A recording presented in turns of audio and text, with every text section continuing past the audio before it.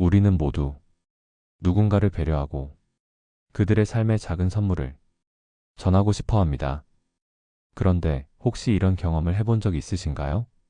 당신이 누군가를 진심으로 도우려고 했지만 그 행동이 오히려 당신을 약하게 보이게 하거나 상대방이 당신의 마음을 가볍게 여기는 계기가 되었던 적이요. 만약 지금 이 순간에도 당신이 그런 상황에 놓여 있다면 그 이유를 생각해 보셨나요? 왜 사람들은 배려와 친절을 약점으로 착각하는 걸까요? 그리고 왜 어떤 사람들은 그 착각을 이용해 더 큰 이득을 얻으려고 할까요? 오늘 방송에서는 이와 관련된 이야기를 나눠보려고 합니다. 배려하고 잘 챙기는 사람이 왜 진짜 무서운 사람인지, 그리고 그 이유가 우리의 일상 속에서 어떻게 드러나는지에 대해 이야기해 볼게요. 당신이 겪었던 비슷한 경험들을 떠올리며 이 방송을 들어주시면 더욱 공감이 되실 겁니다. 민재는 회사에서 가장 착한 동료로 불렸습니다. 동료들의 부탁을 거절하지 못하고 자신이 해야 할 업무 외에도 누군가의 일을 돕는데 많은 시간을 쏟았습니다. 하지만 이상하게도 민재는 회사 내에서 점점 고립되어 갔습니다. 처음엔 동료들이 민재를 칭찬했습니다. 민재는 진짜 착하다. 민재한테 부탁하면 거절당할 일이 없다라고요. 그러나 시간이 지날수록 민재를 대하는 사람들의 태도는 달라졌습니다. 그들은 민재의 도움을 고맙게 여기는 대신 그것을 당연하게 생각하기 시작했습니다. 민재가 도와주지 않으면 오히려 불만을 표하며 왜 이번에는 도와주지 않느냐는 말까지 하게 되었죠. 민재는 점점 자신의 자리가 불편해졌습니다. 도움을 줄 때마다 자신이 약해지는 기분이 들었고 어느 순간에는 그렇게 열심히 도와줬던 사람들이 자신을 무시하고 있다는 사실을 깨닫게 되었습니다. 그렇다면 왜 이런 일이 벌어진 걸까요? 그리고 왜 어떤 사람들은 이렇게 배려와 친절을 약점으로 이용하려 드는 걸까요? 심리학자들은 이 현상을 착한 사람의 함정이라 부릅니다. 착한 행동을 보이는 사람은 자신의 선의를 드러내지만 상대방은 이를 약점으로 오해하기 쉽습니다. 이는 한쪽이 계속 배려를 하고 다른 한쪽이 그 배려를 당연한 것으로 받아들이는 상황을 만들어냅니다. 사람들이 배려를 당연하게 여길 때 그들은 더 큰 요구를 하고 더 많은 것을 기대합니다. 하지만 배려를 하던 사람은 그 기대에 부응하지 못하면 결국 실망과 비난의 대상이 됩니다. 결국 배려는 오히려 부정적인 결과를 가져올 수도 있습니다. 민재는 그런 상황 속에서 한 가지 중요한 결정을 내렸습니다. 자신의 배려를 아무 이유 없이 제공하는 것이 아니라 정말 필요한 사람들에게만 주겠다는 다짐을 한 것이죠. 그 결과 민재는 자신의 에너지를 더 의미 있는 곳에 사용할 수 있었고 동시에 자신의 가치를 다시 찾을 수 있었습니다. 당신도 민재와 같은 상황에 놓여 있지는 않나요? 만약 그렇다면 지금부터라도 자신의 배려와 친절이 어디로 향하고 있는지 다시 한번 점검해 보세요. 이번에는 배려와 친절이 우리의 일상에서 어떤 모습으로 드러나고 그 결과가 우리에게 어떤 영향을 미치는지에 대해 이야기해 볼게요.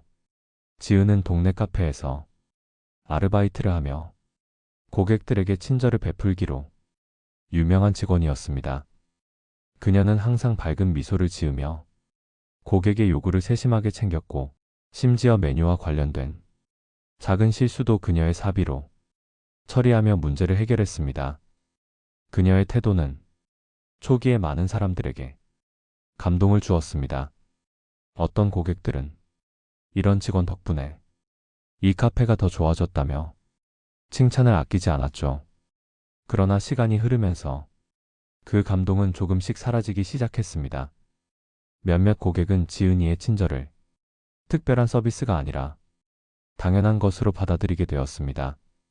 어느 날은 한 고객이 음료 주문 후 지은이 실수로 바닥에 커피를 쏟자 화난 목소리로 이렇게 말했죠. 이런 건 당신 책임 아닌가요? 당연히 새 음료를 만들어줘야죠. 지은은 그 순간 커피 한 잔의 가격이 아니라 자신의 진심과 노력까지 무시당한 것 같아 씁쓸함을 느꼈습니다. 그날 밤 그녀는 이런 생각에 잠겼습니다. 왜 내 노력은 이렇게 쉽게 가치가 없어지는 걸까? 내가 더 이상 배려하지 말아야 하는 걸까? 이와 같은 경험은 많은 사람들에게도 익숙한 장면일 것입니다. 우리가 누군가에게 진심을 다해 배려하거나 친절을 베풀었을 때 그들의 감사함이 사라지고 기대감과 요구로 바뀌는 순간 말이죠. 심리학에서는 이런 현상을 사회적 상환의 불균형이라고 부릅니다. 사람들은 본능적으로 자신이 받은 호의를 다른 방식으로라도 되돌려야 한다는 감정을 갖습니다. 하지만 그 호의가 반복되거나 지속되면 상대방은 그 호의를 기본으로 간주하며 더 이상 되갚을 필요성을 느끼지 않게 됩니다. 결과적으로 호의를 베푸는 사람은 점점 더 큰 부담을 떠안게 되죠. 지은의 사례에서 볼 수 있듯이 우리는 때로 자신의 배려가 어떻게 받아들여질지에 대해 충분히 고민하지 못한 채 너무 많이 베풀곤 합니다. 이는 결국 우리의 에너지를 고갈시키고 상대방에게도 잘못된 메시지를 전달할 수 있습니다. 배려는 아름다운 행동이지만 그것이 과도하거나 불균형적으로 지속될 경우 우리 자신에게도 상처가 될 수 있음을 기억해야 합니다. 그렇다면 이런 상황을 피하려면 우리가 어떤 점을 고려해야 할까요? 첫 번째로 배려는 균형 잡힌 방식으로 베풀어야 합니다. 그저 남을 위해 모든 것을 희생하기보다는 상대방이 우리의 배려를 존중하고 감사하게 여길 수 있도록 한계를 설정하는 것이 중요합니다. 두 번째로 배려의 방향성을 명확히 해야 합니다. 모든 사람에게 친절을 베푸는 대신 그 배려가 정말로 필요한 사람들에게 전달될 수 있도록 해야 합니다. 이 지점에서 한 철학자의 말을 소개하고 싶습니다. 존 로크는 인간의 진정한 행복은 자신의 한계를 알고 그 안에서 최선을 다하는 데 있다고 했습니다. 배려 역시 마찬가지입니다. 우리의 한계를 넘어서서 무작정 베푸는 것이 아니라 그 안에서 균형과 조화를 이루는 것이 중요합니다. 이번에는 배려가 어떻게 사람들 사이의 관계를 형성하고 그 관계 속에서 우리가 어떤 태도를 유지해야 하는지에 대해 더 깊이 이야기해 보겠습니다. 소희는 학창 시절부터 친구들에게 믿음직한 존재였습니다. 그녀는 항상 친구들의 부탁을 거절하지 못했고 시험 기간에도 누군가 공부를 도와달라고 하면 자신의 시간을 할애해 친절히 가르쳐줬습니다. 친구들은 그런 소희를 착한 친구라고 부르며 의지했습니다. 하지만 시간이 지나며 소희는 점점 지쳐감을 느꼈습니다. 그녀가 지쳐가는 이유는 단순했습니다. 자신이 베푼 배려에 대해 감사한 마음을 표현하는 친구보다 그녀의 배려를 당연히 여기는 사람들이 많아졌기 때문이었죠. 심지어 어떤 친구는 소희가 도움을 줄 수 없다고 말했을 때 넌 원래 착한 애니까 이런 거 부탁해도 괜찮을 줄 알았어 라는 말을 하기도 했습니다. 이 이야기는 우리 모두가 한 번쯤 경험해봤을 법한 상황을 잘 보여줍니다. 우리가 누군가를 도와주고 그들에게 최선을 다했을 때 그들이 우리의 노력을 인정하고 감사하기보다는 그것을 당연한 것으로 여기게 되는 순간 말입니다. 이런 상황은 단순히 불쾌함으로 끝나지 않습니다. 우리는 서서히 자신의 가치를 의심하게 되고 결국 관계 속에서 소외감을 느끼게 됩니다. 그렇다면 이 문제를 해결하기 위해 우리는 어떤 태도를 가져야 할까요? 첫째, 우리의 배려가 단순히 타인의 요구를 무조건적으로 수용하는 것이 아니라는 점을 스스로 깨달아야 합니다. 배려는 상대방의 필요를 이해하고 그에 맞는 도움을 주는 것입니다. 그러나 그 과정에서 우리 자신의 감정과 욕구도 중요하다는 점을 잊어서는 안 됩니다. 둘째, 상대방과의 관계에서 경계를 명확히 해야 합니다. 배려는 일방적인 희생이 아니라 상호 존중과 신뢰를 바탕으로 이루어져야 합니다. 이런 경계는 상대방이 우리의 배려를 가볍게 여기지 않도록 도와줍니다. 예를 들어 어떤 부탁을 받을 때 그것이 우리의 에너지를 지나치게 소모시키는 것이라면 지금은 내가 이걸 감당하기 어렵지만 다른 방법을 함께 찾아보자고 정중히 말하는 것도 좋은 방법입니다. 셋째, 자신의 배려가 어디에 쓰이는지에 대해 가끔 되돌아볼 필요가 있습니다. 우리가 누군가에게 베푸는 친절이 정말 그들에게 필요한 것인지 아니면 단순히 우리가 좋은 사람이라는 이미지를 지키기 위해 행동하고 있는 건 아닌지 스스로에게 질문해 보는 것이 중요합니다. 여기서 떠오르는 철학자의 말이 있습니다. 아리스토텔레스는 덕은 과도함과 결핍 사이에 위치한 중용에 있다고 했습니다. 우리의 배려 역시 이 중용을 유지하는 것이 필요합니다. 과도하게 베풀면 스스로 지치게 되고 너무 적게 베풀면 관계의 진정성을 잃을 수 있습니다. 소인은 이후로 자신의 에너지를 보다 효율적으로 사용하기 위해 몇 가지 원칙을 세우기로 했습니다. 그녀는 자신의 감정 상태를 우선적으로 점검하고 도움을 요청받았을 때 필요에 따라 정중히 거절할 수 있는 용기를 갖기로 마음먹었습니다. 또한 진심으로 도움을 주고 싶은 경우에만 기꺼이 나서기로 했습니다.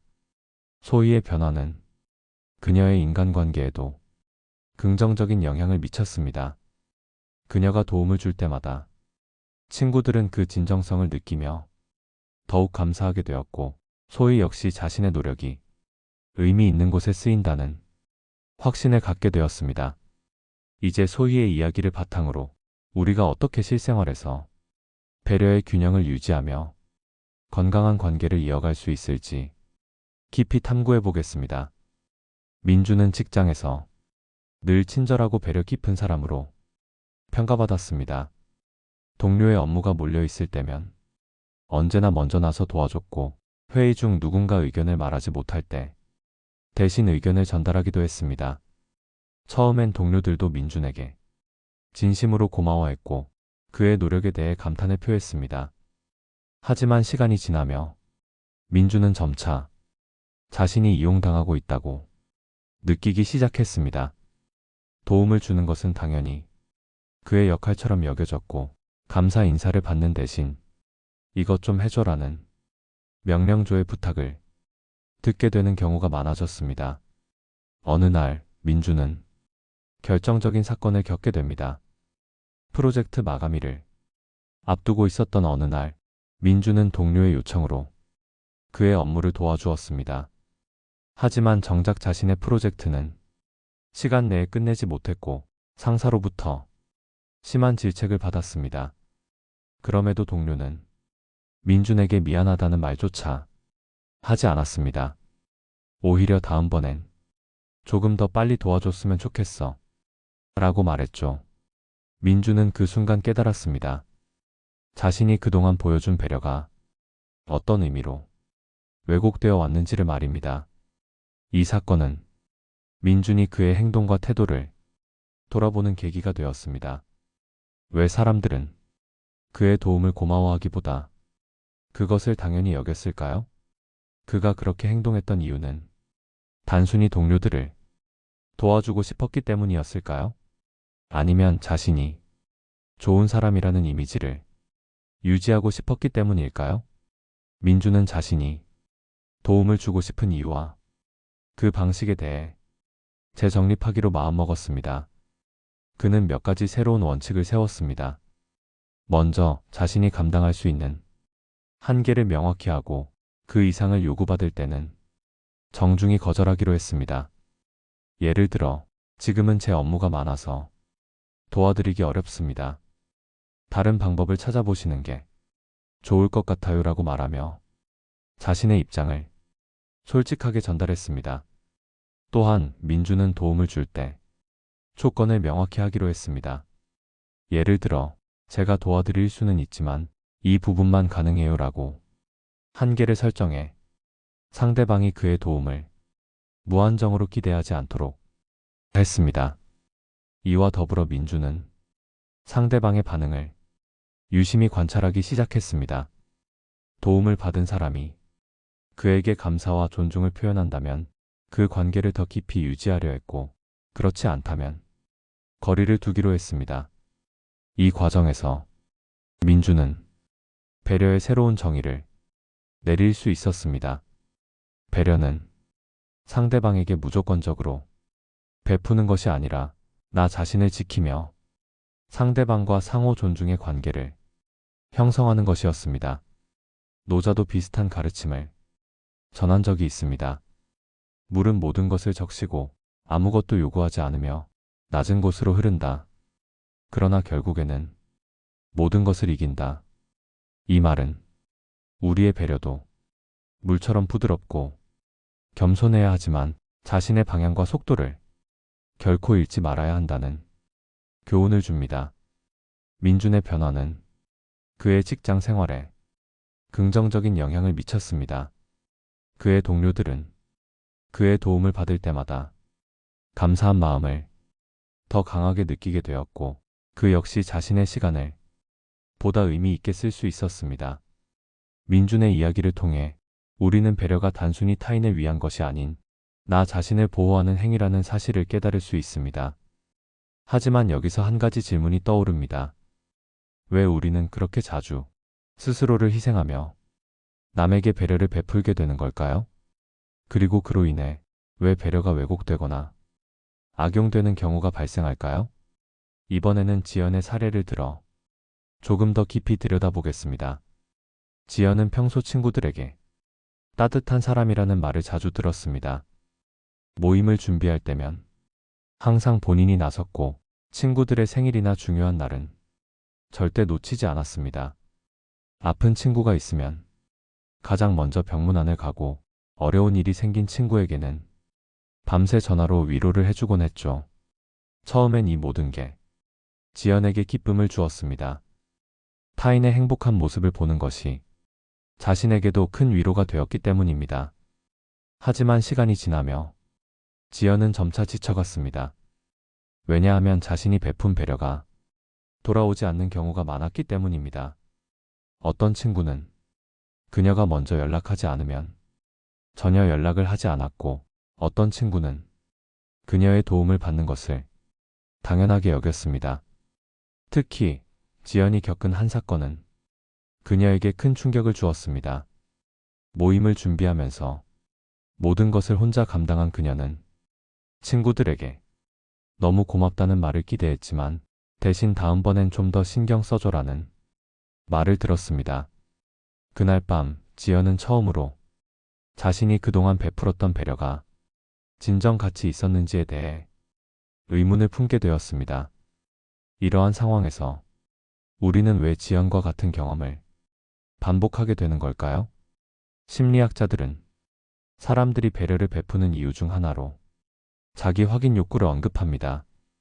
다시 말해, 우리는 타인에게 인정받고 자신의 존재 가치를 확인받기 위해 배려를 하는 경우가 많습니다. 하지만 이 욕구가 지나치면 배려가 일방적이거나 왜곡될 가능성이 높아집니다. 지연은 스스로를 돌아보며 자신의 배려가 어떤 방향으로 나아가야 하는지를 고민하기 시작했습니다. 그녀는 우선 모든 관계에서 상호성의 원칙을 적용하기로 했습니다. 예를 들어, 그녀가 친구를 위해 시간을 쓰는 만큼 친구 역시 그녀에게 그만큼의 관심과 애정을 보여주길 기대하기로 한 겁니다. 물론 이 기대는 즉각적인 보상을 의미하는 것이 아니라 장기적인 관계의 균형을 유지하려는 노력이었습니다. 또한 지연은 자신의 감정을 솔직히 표현하기 시작했습니다. 예전에는 누군가에게 실망하거나 상처받아도 아무렇지 않은 척 넘겼지만, 이제는 그 말은 나를 조금 서운하게 만들었어. 혹은 내가 도운 만큼 너도 내 입장을 이해해주면 좋겠어. 라고 이야기했습니다. 이러한 변화는 지연의 관계를 더 건강하고 진솔하게 만들어 주었습니다. 동양 철학에서는 중용이라는 개념을 통해 균형 잡힌 삶의 중요성을 강조합니다. 중용은 극단으로 치우치지 않고 모든 것을 조화롭게 유지하는 것을 의미합니다. 지연의 변화는 이 중용의 가르침을 그대로 실천한 사례라고 할 수 있습니다. 그녀는 더 이상 스스로를 희생하며 모든 사람을 만족시키려 하지 않았고, 그로 인해 오히려 더 깊고 진정성 있는 관계를 맺을 수 있었습니다. 이 이야기는 우리에게 중요한 교훈을 줍니다. 배려는 타인을 위한 것이기도 하지만 나 자신을 위한 것이기도 합니다. 그 균형을 맞추는 것이야말로 진정한 배려의 시작입니다. 배려는 단순히 타인에게 친절을 베푸는 행동이 아닙니다. 그것은 인간관계를 유지하고 우리 스스로의 가치를 확인하며 더 나아가 삶의 질을 높이는 핵심적인 요소입니다. 하지만 그 과정에서 우리는 중요한 사실을 잊곤 합니다. 배려는 일방적인 희생이 아니라 주고받는 상호작용 속에서 빛을 발한다는 것입니다. 혜민 스님의 저서에는 이런 구절이 나옵니다. 상대에게 모든 것을 다 해주는 것은 상대를 사랑하는 것이 아니라 오히려 부담을 주는 일일 수 있습니다. 이는 배려가 과도해지면 오히려 상대방에게 무거운 짐으로 다가갈 수 있음을 경고하는 말입니다. 그렇다면 우리가 해야 할 배려는 어떤 모습이어야 할까요? 그리고 그것을 우리 일상에 어떻게 적용할 수 있을까요? 예를 들어 한 회사에서 일어난 에피소드를 이야기해 봅시다. 지훈은 팀에서 가장 배려심이 깊은 사람으로 통했습니다. 항상 동료들의 일을 도와주고 그들의 실수를 감싸주며 누군가 어려움에 처하면 가장 먼저 손을 내밀었죠. 하지만 시간이 지나며 그의 이러한 태도가 동료들 사이에서 당연시되기 시작했습니다. 지훈이 알아서 처리하겠지라는 말이 팀 내에서 종종 들려왔고 결국 지훈의 업무는 점점 더 과중해졌습니다. 어느 날 지훈은 중요한 프로젝트를 맡게 되었습니다. 그는 모든 일을 혼자 해결하려 노력했지만 결국 마감일을 맞추지 못하고 큰 실수를 하게 되었습니다. 그날 저녁 지훈은 집에서 스스로에게 묻고 또 물었습니다. 나는 왜 이렇게까지 했을까? 누구를 위해 이런 희생을 한 걸까? 이 질문은 우리 모두가 한 번쯤 해봤을 법한 질문입니다. 우리는 누군가를 위해 애쓰며 그것이 옳은 일이라고 믿습니다. 하지만 그 과정에서 우리 자신을 돌보는 것을 쉽게 잊어버립니다. 그리고 그 결과는 종종 지훈의 사례처럼 안타까운 결말로 이어지곤 합니다. 전문가들은 배려가 진정 효과를 발휘하려면 경계 설정이 필수적이라고 말합니다. 경계란 내가 어디까지 희생할 수 있는지, 그리고 상대가 어디까지 기대할 수 있는지를 명확히 하는 것입니다. 이 경계가 분명하지 않을 때 배려는 오히려 희생으로 변질되고 결국 양쪽 모두에게 상처를 남길 수 있습니다. 지훈은 그날 이후 작은 변화를 시작했습니다. 우선 그는 모든 일을 혼자 처리하려 하지 않고 동료들에게 도움을 요청하기 시작했습니다. 또한 자신이 감당할 수 있는 일과 그렇지 않은 일을 명확히 구분하며 상황에 따라 아니오라고 말할 수 있는 용기를 가졌습니다. 이러한 변화는 그의 업무 효율성을 높였을 뿐만 아니라 동료들과의 관계도 더욱 긍정적으로 바꾸었습니다. 이 이야기는 우리에게 중요한 메시지를 전합니다. 배려는 상대방을 위한 행동이지만 그 근본에는 자신을 보호하고 존중하는 마음이 있어야 합니다.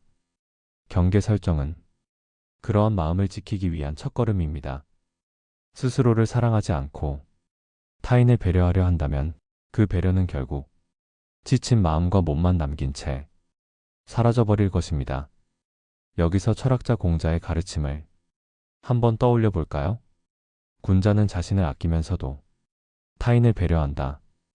이 말은 배려와 자기애가 상반되는 것이 아니라 오히려 서로를 보완하는 관계임을 깨닫게 해줍니다. 내가 나를 존중하지 않으면 진정한 배려도 불가능하다는 것이죠. 이제 우리의 이야기를 조금 더 심화시켜 보겠습니다. 배려의 근본적 의미와 함께 그것이 어떻게 더 나은 관계를 만들고 삶을 풍요롭게 할 수 있는지에 대해 더 깊이 생각해 보겠습니다.